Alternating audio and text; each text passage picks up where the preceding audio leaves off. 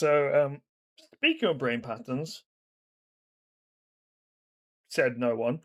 Um, so, stranded dolphins have been found with signs of Alzheimer's in their brains. Toxic algal blooms may be a cause of neurodegeneration in dolphins, particularly bottlenose dolphins. Scientists have looked at the brains of some stranded bottlenose dolphins around the world, and they show the brains show signs that in humans would indicate to having Alzheimer's.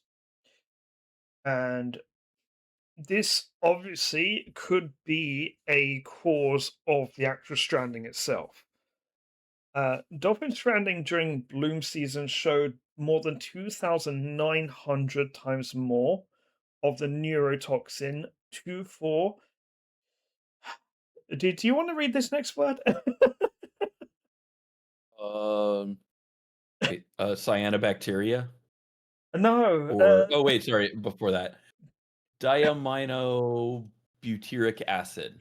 Thank Oh, you. I think it's probably like it's diaminobutyric acid. Okay, so yeah, so more than 2,900 times of that, which is an evidence of cyanobacteria, which may explain strandings through loss of navigation and memory. And this coincides with an increase of toxic algal blooms in recent years that have been a symptom of climate change.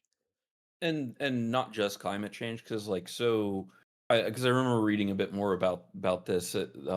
They studied dolphins in Indian River Lagoon, which is on the east coast of Florida, um, and red tide is a common algae bloom, toxic algae bloom that we get around here, and it's not just been climate change because I've I've noticed just in like my anecdotal experience, like I don't necessarily correlate higher temperature, summers or hotter summers with bigger algae blooms.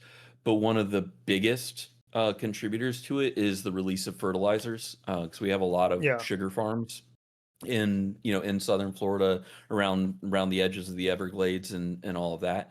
And there have been a couple of times over the last 10 years where the government has allowed them to dump fertilizer water untreated, and it goes into Lake Okeechobee, and then from there it drains to both sides of the state, and you get this nutrient just explosion. And you also get algae blooms in the freshwater as well, and I believe yeah, it's a green this algae.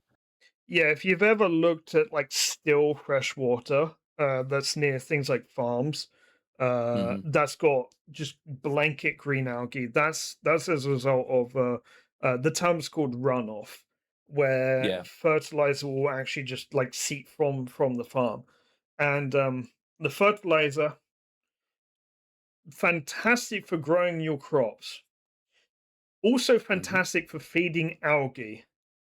And the Yep. problem with this is that the algae ends up becoming so much that actually absorbs all of the oxygen in the water, and it creates a toxic body of water where there's no oxygen, and that actually just kills ecosystems.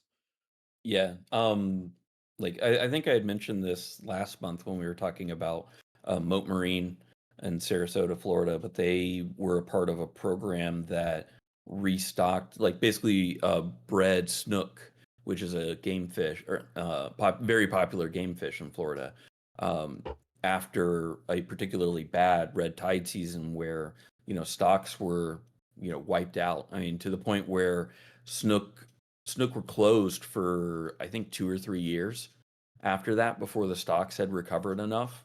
And like Snook already have a very limited, harvest as it is.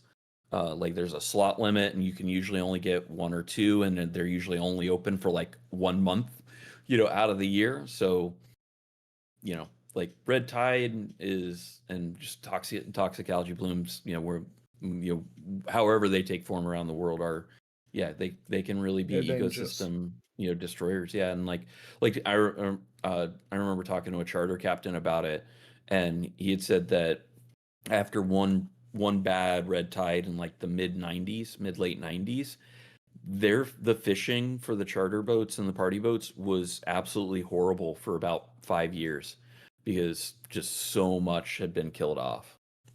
Because it doesn't just affect one generation; it affects the whole population that year. Yeah, Like, exactly. And and it's a it's going to be compounding effect. devastating. Yeah, and I Yeah. believe it's also actually toxic to humans in Oh some yes. cases. Red tide, very much so. It's one of those things of like if you have asthma, you should not be outside or out at the beach if there's red tide. Like my dad has COPD, so like he has to be really careful, about that, and like he's always got his rescue inhaler. But like my personal experience around it is, it's that like basically you just get really snotty, eyes running. It's basically like an allergic reaction, like you know Yeah, hay fever, right? But like really severe. Like the last time I experienced it, I'd gone out to the beach with my camera and I was only out there for 15 minutes and I just had like snot running down my face. Like I couldn't believe how people were out there, playing around on the beach and swimming and all that. It was so bad.